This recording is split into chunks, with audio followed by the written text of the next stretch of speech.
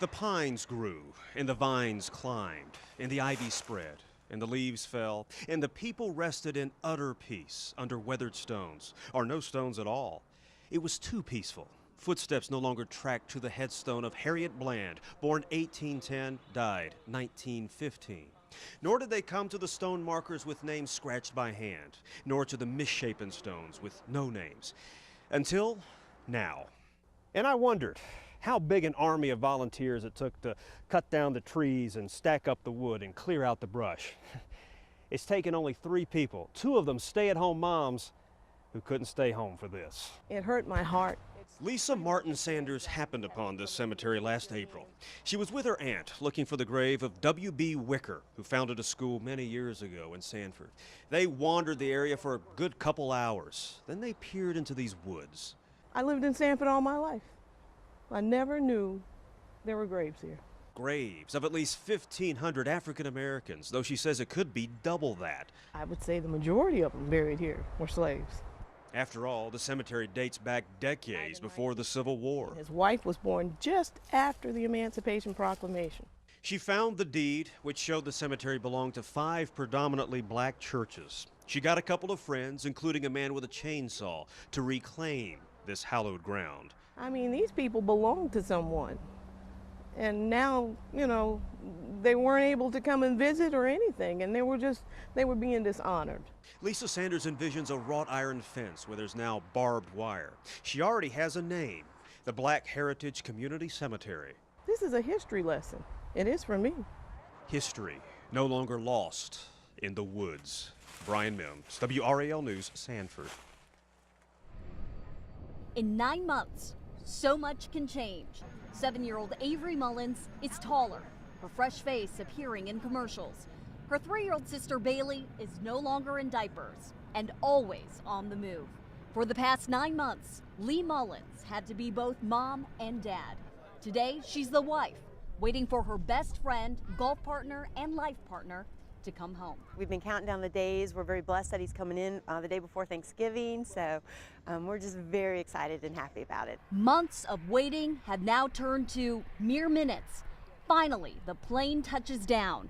On board are 6 members of the North Carolina National Guard back from Afghanistan. You gotta wait till they open that door. Chief Warrant Officer Ty Mullins is behind that door. When they open the door, we can run out there and see Daddy. Minutes of waiting, now down to seconds. Not yet, not yet. Not until the door opens. Once it does, Daddy!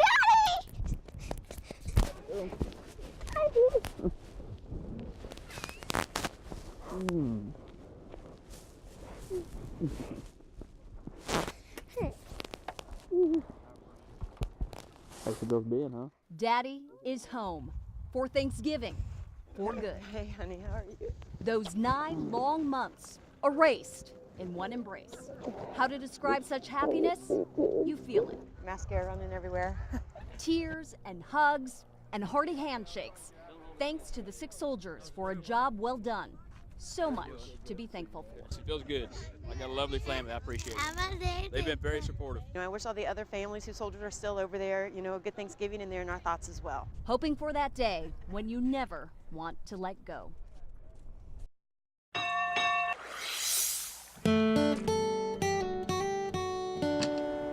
No question, there's some good eating in North Carolina. Biscuits, burgers, barbecue, and don't forget to add to that list of B's, BLTs. Another single on wheat, please, ladies. Bacon, please, ladies. Double on rye, Lupe. Double the bacon, Lupe. Oh, I love it working here when it's really busy. More bacon, Lupe. Woo! This is Merritt's world-famous BLTs. Now that's a tall order. You live in California, Correct. but you're visiting Chapel Hill. Correct. And you had to stop here. Correct. If you believe in BLTs, welcome. You stand in line, you meet people from everywhere. The line is often out the door. And really, it's the best kept secret of Chapel Hill. The bacon's the secret. Then another single, Lupe. Lupe and the ladies go through 60 pounds of bacon a day. 60 pounds a day, is that a lot? You tell me. It feels like a lot. We love the place. It's worth the drive from Raleigh. Merritt's Store and Grill since 1929 in Chapel Hill on the corner near the junction. Really traditionally has been a place of crossroads. Country folks, city folks. We have that great contrast of the old and the new. Like bacon and tomatoes. It's got to have a very good tomatoes.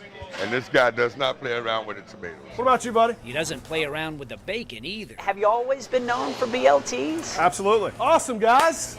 Merritt's was first known as a gas station and then a convenience store. You know, I love my husband a lot. She and her husband bought the store in 1991. I would just make these huge BLTs for him. And he, in turn, started making huge BLTs at the store. Love is a many splendored thing, isn't it? A many layered thing, too. Laura, bacon, please. BLTs under construction all day long. Food's fantastic, and I think the key is the freshness. Everything's really fresh. Made to order. Of course, there are other items to order. Pimento cheese, Evelyn. But it's the BLTs that always get a smile. It's a very fun thing. They're the best. They are. Very nice, very nice. Woo!